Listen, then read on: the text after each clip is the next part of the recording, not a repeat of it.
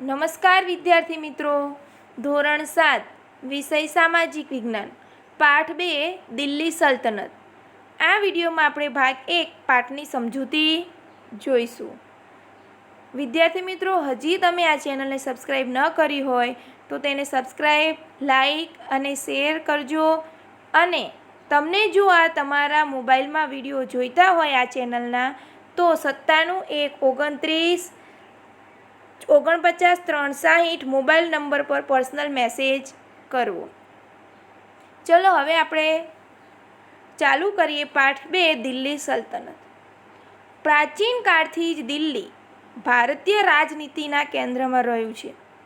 12મી સદીમાં તોમર અને ચૌહાણ રાજપૂતોના સમયમાં દિલ્હી વેપાર વાણિજ્યનું એક મહત્ત્વનું કેન્દ્ર હતું. 13મી સદીની શરૂઆતમાં જ દિલ્હી સલ્તનતની સ્થાપના થઈ. ઈસવીસન 1206થી ઈસવીસન 1526 દરમિયાન ઉત્તર ભારતના વિશાળ વિસ્તાર ઉપર શાસન કરનાર શાસકોને સુલતાન અને શાસનકાળને દિલ્હી સલ્તનત તરીકે ઓળખવામાં આવે છે. પાઠ 1 ઉપર જોયું હતું. પાઠ 1માં જેમાં પાઠ પૂરો થતાં ત્યાં દિલ્હી સલ્તનતની શરૂઆત થઈ જાય છે, જેમાં સુલતાનો શાસક કરવા આવે છે. આ શાસકો મૂળભૂત રીતે તુર્ક અને અફઘાન મૂળના હતા. આ 350 વર્ષ દરમિયાન દિલ્હી સલ્તનતમાં કુલ 5 વંશોએ સત્તા ભોગવી, જેમાં ગુલામ વંશ, ખલજી વંશ, તુઘલક વંશ, સૈયદ વંશ અને લોદી વંશનો સમાવેશ થાય છે. દિલ્હી સલ્તનતની સાથે આપણે આ પાઠમાં વિજયનગર અને બહમની સામ્રાજ્યનો પણ અભ્યાસ કરીશું. ચલો હવે આપણે જોઈએ દિલ્હી સલ્તનતના શાસકો. એમાં સૌથી પહેલાં આવે છે ગુલામ વંશ, જેમણે ઈસવીસન 1206થી ઈસવીસન 1290 સુધી સત્તા કરી હતી. ઈસવીસન 1192માં તરાઈના બીજા વિશ્વયુદ્ધમાં શિહાબુદ્દીન ઘોરીએ પૃથ્વીરાજ ચૌહાણની સામે નિર્ણાયક વિજય મેળવી દિલ્હીમાં સલ્તનતની સત્તાનો પાયો નાખ્યો. મોહમ્મદ ઘોરીના ગુલામ કુતુબુદ્દીન ઐબકે મામલુક વંશનો હતો. માત્ર 5 વર્ષના તેના શાસનકાળમાં તેણે સલ્તનત સત્તાને જાળવી રાખવાનો પ્રયત્ન કર્યો. ઈસવીસન 1210માં પોલો રમતા ઘોડા પરથી પડી જવાના કારણે તેમનું મૃત્યુ થયું. કુતુબુદ્દીન ઐબકના અવસાન બાદ તેનો ગુલામ અને જમાઈ ઇલ્તુત્મિશ ગાદીએ આવ્યો. તેણે સલ્તનત સત્તાને સર્વોપરી બનાવવા ચેહનગાન એટલે કે ચારગાનની સ્થાપના કરી, એટલે કે 40 તુર્ક અમીરોના દળની રચના કરી. તેણે રાજધાનીનું સ્થળાંતરણ લાહોરથી દિલ્હી કર્યું. ઇલ્તુત્મિશે ગુલામ વંશનો સાચો સ્થાપક ગણવામાં આવે છે. પોતાના એક પણ પુત્રને સુલતાન બનાવવા યોગ્ય ન સમજતા ઇલ્તુત્મિશે પોતાની કાબેલ પુત્રી રાઝિયાને પોતાની ઉત્તરાધિકારી જાહેરાત કરી. તેમના પુત્રો હતા, પણ તે એકે સુલતાન બની શકે તેવી એમના કાબેલિયત નહોતી. આથી તેમણે પોતાની પુત્રી રાઝિયાને પોતાની ઉત્તરાધિકારી જાહેર કરી. ઇલ્તુત્મિશના અવસાનના થોડા સમય બાદ તેની પુત્રી રાઝિયા સુલતાના દિલ્હીની ગાદીએ આવી, જે દિલ્હીની ગાદીએ આવનાર પ્રથમ મહિલા શાસક હતી. વિદ્યાર્થી મિત્રો ધ્યાન આપજો, પ્રથમ મહિલા શાસક રઝિયા સુલતાના. એ સમયના ઇતિહાસકાર મિન્હાજે સિરાજ પણ સ્વીકારે છે કે રાઝિયા સુલતાના તેના બધા જ ભાઈઓમાં સૌથી વધુ કાબેલ અને સક્ષમ હતી. આમ છતાં એક મહિલા શાસનકર્તા તરીકે માન્યતા મળવી મુશ્કેલ હતી. દરબારીઓ પણ તેને સ્વતંત્ર શાસક તરીકે સ્વીકારવા રાજી ન હતા. તે સુલતાન બની શકે તેવી બધી જ તેનામાં કાબેલિયત હતી, છતાં દરબારીઓ તેને સ્વતંત્ર શાસક તરીકે સ્વીકારવા તૈયાર ન હતા. અમીરોની સત્તા લાલસા અને સતત ચાલતા વિદ્રોહને તેના શાસનનો અંત આણ્યો. તેના અવસાન પછી 6 વર્ષ સુધી રાજ્યમાં અંધાધૂંધી ચાલી. અમીરોએ ઇલ્તુત્મિશના પુત્ર નિસારુદ્દીનને ગાદીએ બેસાડ્યો. 21 વર્ષના તેના શાસનકાળ બાદ તેનું અવસાન થતાં ગ્યાસુદ્દીન બલબન ગાદીએ આવ્યો. તેણે ચેહલગાન દળનો નાશ કરી શાસનતંત્ર પરથી અમીરોની પકડને હળવી કરી. તેણે રાજાનું સ્થાન વધુ મજબૂત બનાવ્યું. બલબન સાહિત્ય અને કલાનો પોષક હતો.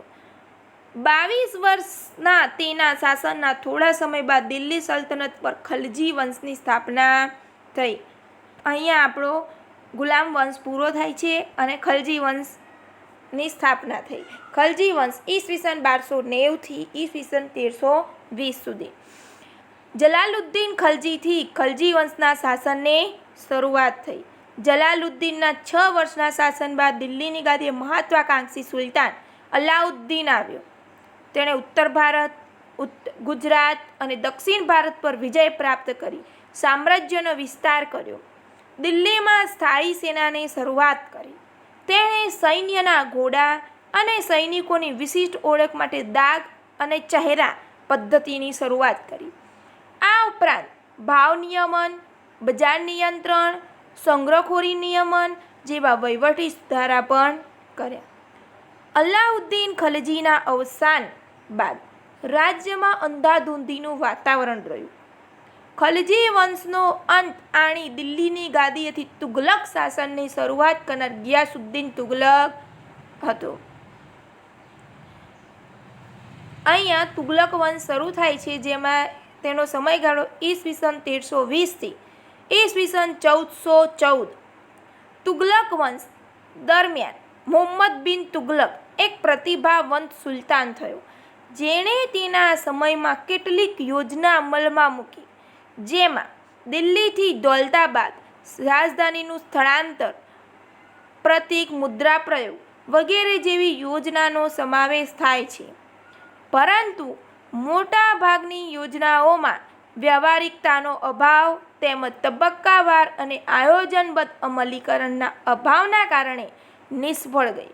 તેથી ઇતિહાસમાં આ યોજનાઓ તરંગી યોજનાઓ તરીકે સ્થાન પામી. મુહમ્મદ તુગલકના સમયમાં આફ્રિકન મુસાફર ઇબ્ન બતુતા ભારતની મુલાકાતે આવેલ મુહમ્મદ તુગલક બાદ તેનો પિતરાઈ ભાઈ ફિરોઝ શાહ તુગલક ગાદીએ આવ્યો. ફિરોઝ શાહ તુગલકના અવસાન બાદ તૈમુર લંગે દિલ્હી પર આક્રમણ કર્યું, જેથી સત્તાના પાયા પર હચમચી ગયો અને તુગલક સત્તા મર્યાદિત બની. ચલો હવે અહીંયા સૈયદ વંશ શરૂ થાય છે, જેનો સમયગાળો તો ઈસવીસન 1414 થી ઈસવીસન 1451 અને લોદી વંશ ઈસવીસન 1451 થી ઈસવીસન 1526. તુગલક વંશના શાસનના અંત બાદ ખિજા ખાએ સૈયદ વંશની સ્થાપના કરી. સૈયદ વંશ બાદ બહલોલ લોદીએ લોદી વંશની સ્થાપના કરી. બહલોલ લોદી સલ્તનતનો પ્રથમ અફઘાન શાસક હતો. લોદી વંશનો અંતિમ બાદશાહ ઇબ્રાહિમ લોદી હતો. ઈસવીસન 1526માં બાબર સામે પાણીપતના પ્રથમ યુદ્ધમાં તેનો પરાજય થયો અને સલ્તનત યુગનો અંત આવ્યો અને મુગલ શાસનની શરૂઆત થઈ. સલ્તનત યુગની રાજ્ય વ્યવસ્થા જોઈએ. ઈસવીસન 13મી સદીમાં સ્થપાયેલ દિલ્હી સલ્તનત ભારતમાં રાજ્ય શાસન વ્યવસ્થાની દ્રષ્ટિએ વિશિષ્ટ હતો. દિલ્હી સલ્તનતના શાસનમાં કેન્દ્રમાં સુલતાન હતો. સુલતાનની સત્તા સર્વોપરી ગણાતી.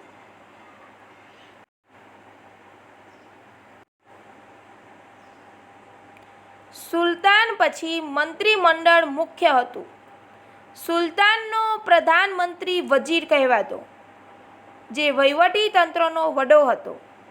આ ઉપરાંત મંત્રીમંડળમાં સેના વિભાગ, પત્રવ્યવહાર વિભાગ, ધર્મ વિભાગ, વિદેશ વિભાગ, ગુપ્તચર વિભાગ વગેરે વિભાગોનો સમાવેશ થતો હતો.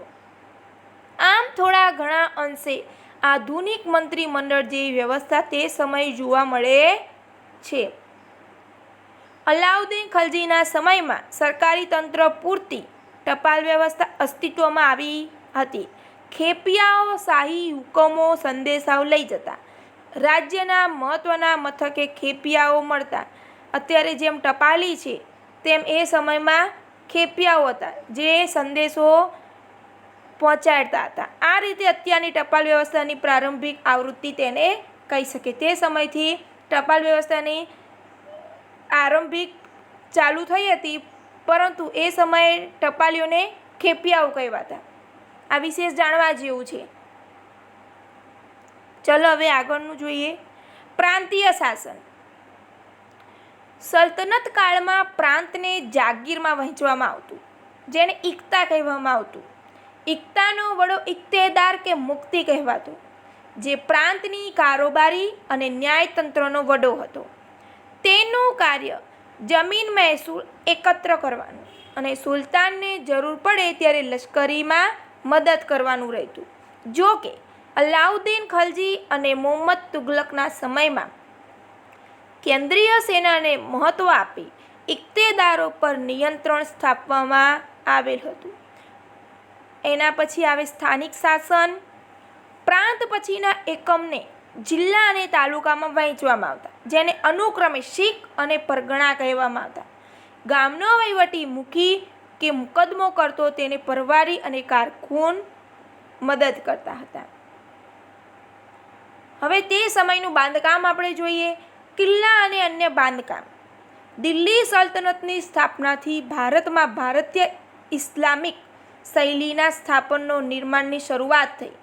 દિલ્હી સલ્તનતના સમયગાળા દરમિયાન કિલ્લાઓ, મસ્જિદો, મકબરા, મકાનો, બગીચા, દરવાજા, મિનારાઓ વગેરે જેવી સ્થાપ્ય કલાની દ્રષ્ટિએ નોંધપાત્ર કૃતિઓ તૈયાર થઈ. કુતુબુદ્દીન ઐબકના સમયમાં દિલ્હીમાં કુવત ઉલ ઇસ્લામ નામની મસ્જિદનું નિર્માણ થયું. ઐબકે બંધાવેલ બીજી મહત્ત્વની ઇમારત કુતુબ મિનાર. વિદ્યાર્થી મિત્રો, બાજુમાં ચિત્ર છે કુતુબ મિનારનું, જે કુતુબુદ્દીન ઐબકના સમયમાં બંધાવેલું હતું અને જેનું નામ કુતુબ મિનાર રાખવામાં આવ્યું. કુતુબુદ્દીનના સમયમાં તેનો એક જ માળ બાંધી શકાયો. તેના અવસાન બાદ બાકીનું કામ ઇલ્તુત્મિશે પૂર્ણ કરાવ્યું. ફિરોઝ શાહ તુગલક અને સિકંદર લોદીએ તેનો જીર્ણોદ્ધાર કરાવેલો.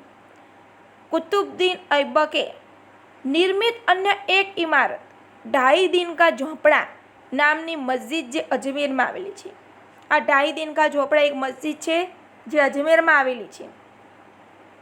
ઇલ્તુત્મિશના સમયમાં હોજ-એ સમ્મી, સમ્મી ઈદગાહ અને ઝુમા મસ્જિદનો સમાવેશ થાય છે.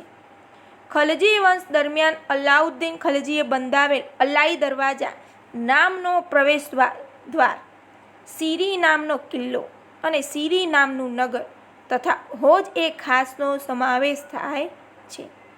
તુગલક શાસન દરમિયાન તુગલકાબાદ, ફિરોઝાબાદ, હિસ્સાર, જૌનપુર, ફિરોજપુર, ફતેહાબાદ વગેરે નગરોનો સમાવેશ કરવામાં આવે છે. આ સમયગાળા દરમિયાન દિલ્હીમાં અનેક કિલ્લાઓ, મસ્જિદો, તળાવો, મહેલો, સ્નાનાગારો, મકબરાઓ, પુલો, સરાઈઓ એટલે ધર્મશાળાઓ, બગીચાઓ વગેરેનું નિર્માણ થયું. સૈયદ અને લોધી વંશ દરમિયાન મકબરાઓ અને મસ્જિદોનું નિર્માણ થયું, જેમાં બંદેખાનનો ગુંબજ, બુડા ગુંબજ, મોઠની મસ્જિદ અને શિહાબુદ્દીનનો મકબરો મુખ્ય છે. બાજુમાં ચિત્ર છે તે ઢાઈ દિનકા ઝોપડા, જે મસ્જિદ છે તે જોવા મળે છે, અજમેરમાં આવેલી છે. હવે આપણે જોઈએ વિજયનગર સામ્રાજ્ય, જે ઈસવીસન 1206 થી 1290 સુધીનું છે.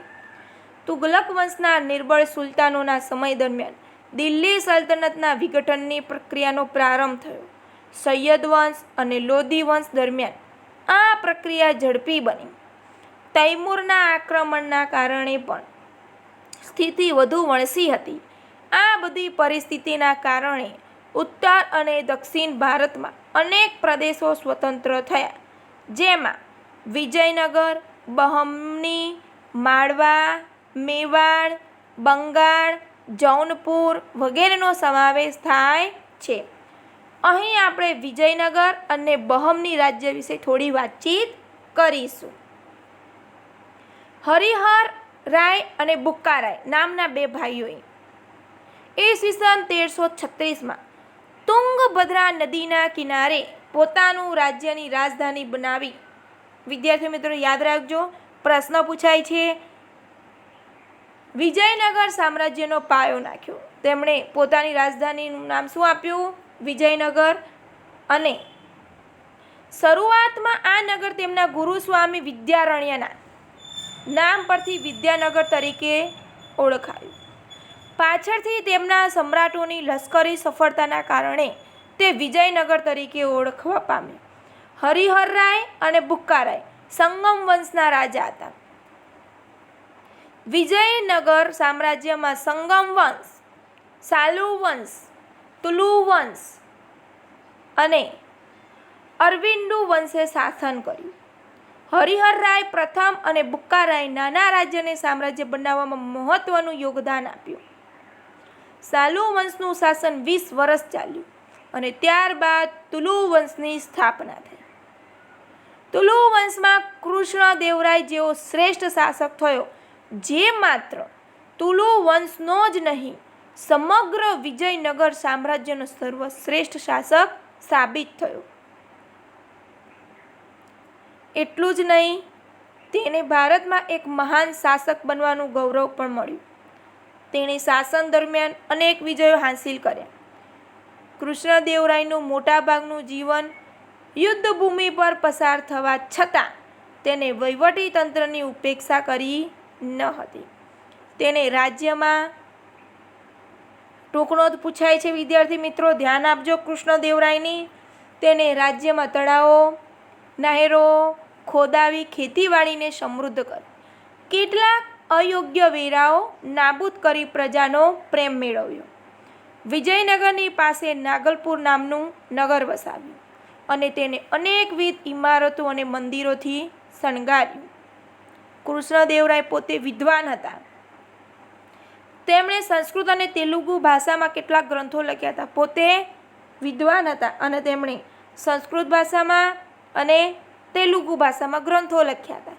તેનો સાહિત્ય કલાના ઉત્તેજનના કારણે તે આંધ્રના ભોજ તરીકે ઓળખ પામ્યા. વિદ્યાર્થી મિત્રો ધ્યાન આપજો, આંધ્રના ભોજ તરીકે કોણ ઓળખાય છે? પ્રશ્ન પૂછાય છે. જો આવે કૃષ્ણદેવરાય. કૃષ્ણદેવરાયના અવસાન બાદ વિજયનગરમાં આંતરિક સંઘર્ષો અને કાવતરા શરૂ થયા.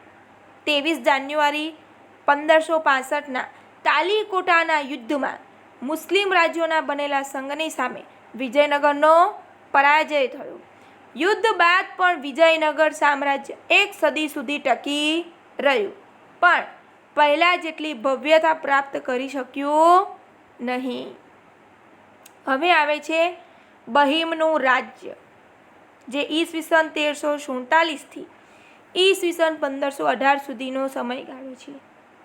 તુગલક વંશના સમયમાં દખ્ખણમાં એટલે કે દક્ષિણમાં જફર ખાને ઈસવીસન 1347માં બહમની રાજ્યની સ્થાપના કરી.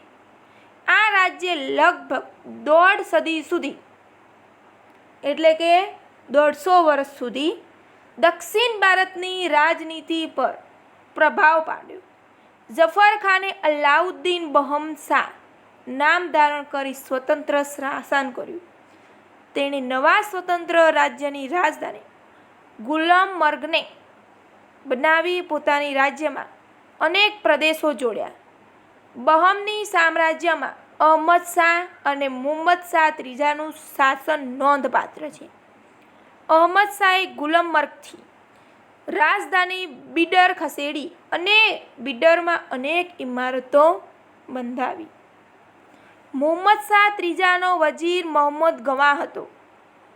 તેણે સક્ષમ વહીવટી તંત્રની રચના કરી.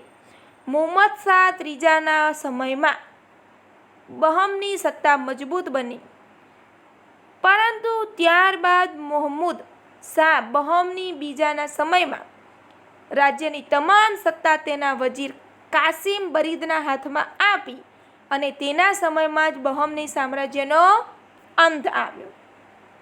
સમગ્ર સામ્રાજ્ય બીજાપુર, અહમદનગર, ગોલકોંડા, બીડર અને બરાર જેવા 5 સ્વતંત્ર રાજ્યોમાં વિભક્ત થઈ ગયું. આ આખું સમગ્ર રાજ્ય હતું એ આખું 5 અલગ અલગ રાજ્યોમાં વિભાજન થયું તેનું. હવે આપણે જોઈએ દિલ્હી સલ્તનત શાસનનો અંત. દિલ્હી સલ્તનત શાસનની સ્થાપના ઈસવીસન 1206માં કુતુબુદ્દીન ઐબક દ્વારા થઈ અને 320 વર્ષ સુધી ઈસવીસન 1526માં ઇબ્રાહિમ લોદીના શાસનના અંત સાથે તેનો અંત થયો. આ લગભગ 350 વર્ષ દરમિયાન યોગ્ય, શક્તિશાળી અને કેટલીકવાર નિર્બળ સુલતાનો પણ ગાદી આવ્યા. દિલ્હીના આ મુસ્લિમ મહારાજે અનેક તડકી છાયડી જોઈ, એટલે સુખ દુઃખો જોયા, અને ઉદય તેનો અસ્ત એ ન્યાય તેનું પતન થયું. જેનો ઉદય થાય છે બાળકો, તેનું અસ્ત પણ થાય છે. જે સવારે ઉગે છે તે સૂરજ આથમે છે, તે જ ન્યાયે તેનું આ સામ્રાજ્યનું પતન થયું.